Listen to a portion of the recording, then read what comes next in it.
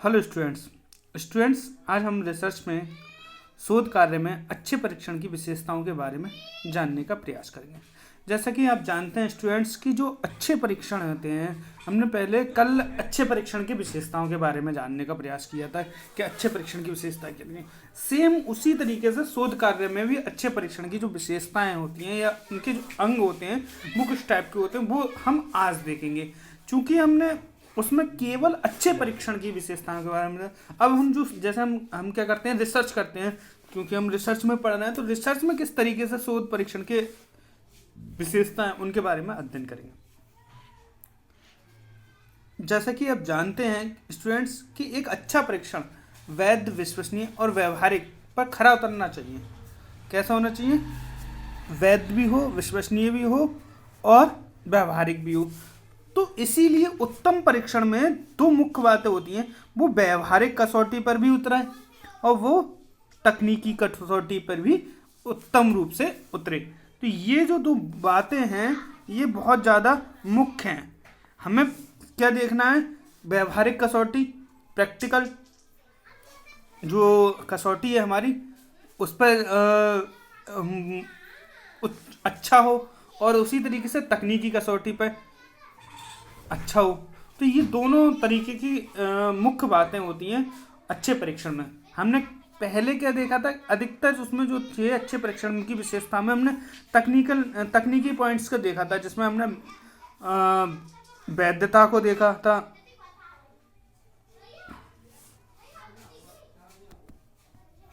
हमने किसको देखा था? वैधता को देखा था, विश्वसनीयता को देखा था, वस्तुनिष्ठता को देखा था, मानक करके था, नॉर्म्स तो इसमें मानकीकरण करके है, और विवेदीकरता को देखा था और गहनता को देखा था। आज हम मुख्य रूप से व्यवहारिक पक्ष पर अधिक बल देंगे, क्योंकि हम ये वाले तकनीकी की कसौटी जो है, टेक्निकल पॉइंट्स हैं, वो हम पहले अध्ययन कर चुके हैं। आज हम पहले व्यवहारिक कसौटियों को जानने का प्रयास करेंगे कि भाई उत्तम परीक्षण में जो व्यवहारिक कसौटियां हैं वो कौन कौन सी हैं, कौन कौन सी होनी चाहिए। तो हम सबसे पहले देखेंगे उद्देश्यपूर्ण हो, जो व्यवहारिकता हो उद्देश्यपूर्ण हो, मूल हो, प्रशासन में सफलता हो, समय हो, सही टाइम हो, मतलब ना ज़्यादा कम हो ना ज़्यादा अधिक हो, व्याख्यान में सरल हो, यानी व्याख्यान उसकी जो इजी शैली इजी हो, और आंकन में सरल हो, इजी इन स्कोरिंग। ठीक। दूसरा, व्यवहारिक कसौटियों के बारे में हम जानते हैं। तो सबसे पहला है जो व्यवहारिक कसौटियां हैं उनमें पहला है हमारा उद्देश्यपूर्ण, पर्पसनेस। किसी भी प्रकार के परीक्षण का निर्माण करने से पहले उसके विशिष्ट उद्देश्यों निश्चित कर लेने चाहिए, अर्थात परीक्षण किस उद्देश्य के लिए बनाया जा रहा है वह स्वयं में स्पष्ट होना चाहिए। जैसे एक विज्ञान के परीक्षण अंग्रेजी के गहन का मापन शुरू ना कर दें। इसमें बहुत ही अच्छे एग्जाम्पल में इसे दिखाया गया है कि एक विज्ञान का परीक्षण है हमारा और परीक्षा है, अंग्रेजी का मापन नहीं कर सकता, तो उसी तरीके से जिस पर्पस से बनाया गया हो वो उस पर्पस को पूरा करता हो। कॉस्ट, एक अच्छे परीक्षण मितव्ययी, यानी कि उसकी कॉस्ट ज़्यादा ना हो, भाई मितव्ययी हो जिसे सब लोग अफोर्ड कर सकें। अर्थात परीक्षण निर्माण करते समय ये ध्यान रखना चाहिए कि परीक्षण धन की दृष्टि से अनुसंधानकर्ता के लिए महंगा ना हो। इसके लिए परीक्षण में केवल उन्हीं पदों को डालना चाहिए जिन्हें उद्देश्यों की पूर्ति आसानी से हो और कम से कम समय में परीक्षण दोबारा उद्देश्यों को पूरा किया जा सकता। क्लियर? इसी तरीके से हमारा जो है प्रशासन में सरल, इजी इन एडमिनिस्ट्रेशन। एक परीक्षण तभी अच्छा होता है जिसका उत्तर देना सरल हो। मतलब हम मान लो बच्चों को इस तरीके से क्लिष्ट प्रश्न ले जाएं, मान लो हमने माध्यमिक लेवल पे एक टेस्ट बनाया, माध्यमिक लेवल का जो बच्चा होगा वो 9th से इंटर तक का होगा, और हम उससे जो भाषा शैली यूज कर रहे हैं वो इस तरीके की हो जो ISPCS में पूछे जाते हैं, उस तरीके की भाषा शैली हो, या नेट में नेट का एग्ज़ाम देते हैं, हम UGC नेट का एग्ज़ाम देते हैं, उस तरीके की शैली हो। तो जो प्रश्न हो उनके भाषा शैली ईजी हो, जिससे बच्चे समझ सकें। आगे पढ़ते हैं। जिसके देने की परिस्थितियाँ सरल हों, जिसके निर्देशन सरल व स्पष्ट हों, तथा जिसका अंकन वस्तुनिष्ठ प्रकार से हो। डगलस व होलैंड के अनुसार एक अच्छे परीक्षण में कई विश्वसनीयता होती हैं, और ये विश्वसनीयताएं बेसिक सिद्धांतों पर आधारित होती हैं, जिसका आधार बनकर ही प्रत्येक परीक्षण का निर्माण किया जाता है। ठीक। उसके बाद आ जाता है हमारा समय, टाइम। सामान्य जो समय विद्यार्थियों के उपलब्ध होता है वह हमेशा परीक्षण को करने के लिए कम पड़ता है, लेकिन दूसरी तरफ लंबे परीक्षण को भी विद्यार्थी स्वीकार नहीं करते। अतः बालक ना तो ज़्यादा लंबे परीक्षण को लेता है और ना ही ऐसे छोटे परीक्षण को लेता है जो उसके उद्देश्यों की प्राप्ति में बाधक सिद्ध हो। यानी कि परीक्षण तैयार करते हुए, यानी टेस्ट बनाते समय प्रश्न इतना भी लंबे ना हो। मतलब जैसे मान लो हमें किसी के बारे में आदत जाननी है कि भाई उसकी आदत कैसी है, सुबह की आदतें कैसी हैं, शाम की आदतें कैसी हैं, उससे संबंधित हमने 100 क्वेश्चन बना लिए।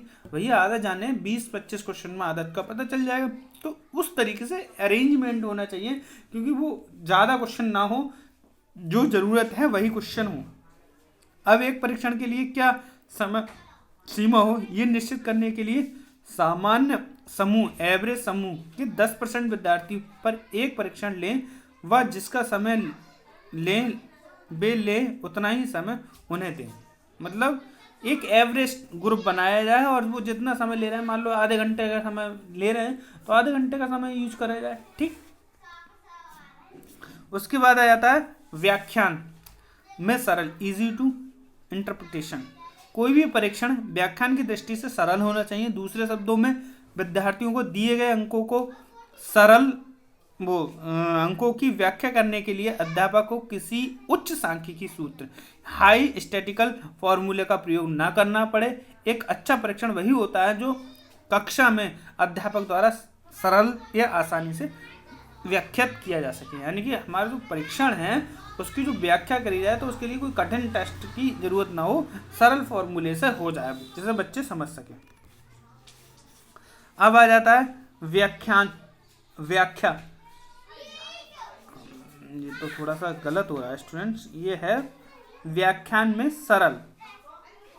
ये हमारा अंकन हो गया, छप गया, इसे सही कर लेते हैं। ये गलत है स्टूडेंट्स। क्या गलत है? ये व्याख्या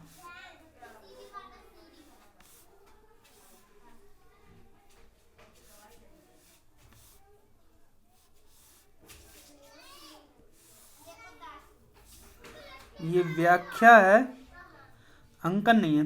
व्याख्या में सरल क्या है? व्याख्या में सरल एक परीक्षण अंकन देने की दृष्टि से भी सरल होना चाहिए, जिसके लिए वस्तुनिष्ठ प्रकार के प्रश्नों को बनाना चाहिए, क्योंकि इसमें अंक देने में सरलता होती है तथा अंक देने के लिए अपनाई गई विधि भी व्यक्तिनिष्ठ न होकर वस्तुनिष्ठ रहती है।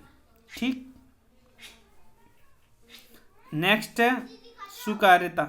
स्वीकार्यता का अर्थ किसी भी परीक्षण का अन्य व्यक्तियों पर तथा उन परिस्थितियों में सफलतापूर्वक प्रशासित किया जाना जिसके आधार पर बनाकर उसे परीक्षण विशेष के लिए मानकीकरण प्रक्रिया संपन्न की गई है। एक अच्छे परीक्षण बिना किसी विशिष्ट परिस्थिति या स्थिति के जिस विद्यार्थियों को दिया जा रहा है उन्हें स्वीकार हो, अर्थात परीक्षण में दिए गए प्रश्न ना तो अधिक कठिन हो और ना ही अधिक सरल हो। यानी कि जो बच्चे स्वीकार कर लें उसी हिसाब से प्रश्न बनाने चाहिए।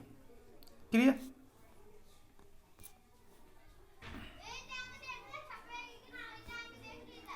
अब आ जाती है इसकी जो तकनीकी कसौटी होती हैं। ये हमने इससे पूर्व जब हम अच्छे परीक्षण के गुण के बारे में बात कर रहे थे तब हमने तकनीकी गुण सब पढ़ लिए थे, फिर भी हम तुम्हें सरल तरीके से इसे बता रहे हैं। वैधता हम बताते हैं, वैधता से तात्पर्य परीक्षण की सत्यता से है, यानी कि एक तरीके से कहा जाए एक परीक्षण जब किसी गुण की मापने के लिए निर्धारित किया जाए तो वह परीक्षण उस गुण को माप ले, वही वैधता है। यानी कि सीधे तरीके से कहा जाए कि हम मान लीजिए किसी की बच्चे की मानसिक योग्यता का मापन करना चाह रहे हैं तो वो जो टेस्ट है वो मानसिक योग्यता का मापन करे, ना कि मानसिक अभिवृत्ति का, यानी इन चीज़ों को मतलब कोई और चीज़ ना नापे, जिस तरीके से उसे जो चीज़ नापनी है वही मापे। विश्वसनीयता क्या है? एक अच्छे परीक्षण विश्वसनीय होना आवश्यक है। जब किसी परीक्षण के परिणाम सामान्य परिस्थितियों में एक समान बने होते हैं तो वो परीक्षण क्या हो जाता है? विश्वसनीय होता है। यानी कि कहने का मतलब ये है कि मान लो हम एक परीक्षण 4 ग्रुपों में करा रहे हैं और उनके जो उत्तर हो रहे हैं या उनके जो परिणाम आ रहे हैं लगभग समान आ रहे हैं, तो वो कैसा है? परीक्षण विश्वसनीय है। उसके बाद आता था वस्तुनिष्ठ। मैंने पहले भी बताया था कि जो परीक्षण है वो वस्तुनिष्ठ इस तरीके से नहीं होता है जैसे हम कह देते हैं वस्तुनिष्ठ का इंग्लिश होती है ऑब्जेक्टिविटी। मतलब ये है कि इसमें विकल्प नहीं पूछने चाहिए, यानी कि इसका मतलब ये है कि प्रश्न के जो उत्तर हो वो एक हो, उसके अलग अलग उत्तर ना हो, यानी कि एक प्रश्न के उत्तर केवल एक ही हो, अलग अलग ना हो, या मतलब समरूप उत्तर ना हो। कहने का मतलब ये है, एग्जाम्पल से मैं बार बार समझाता हूँ। जैसे हमने पूछा हमारे देश की राजधानी कौन सी है, तो सब क्या कहेंगे? दिल्ली है। क्या है हमारे देश की राजधानी? नई दिल्ली। तो अब ये ना हो कि जैसे हमारे जो प्रश्न बने हुए इस तरीके से ना बने हो जिसके कई उत्तर आते हों। जैसे अभी हमने देखा कि हमें क्वेश्चन कहते हैं कि हमारे देश में की जो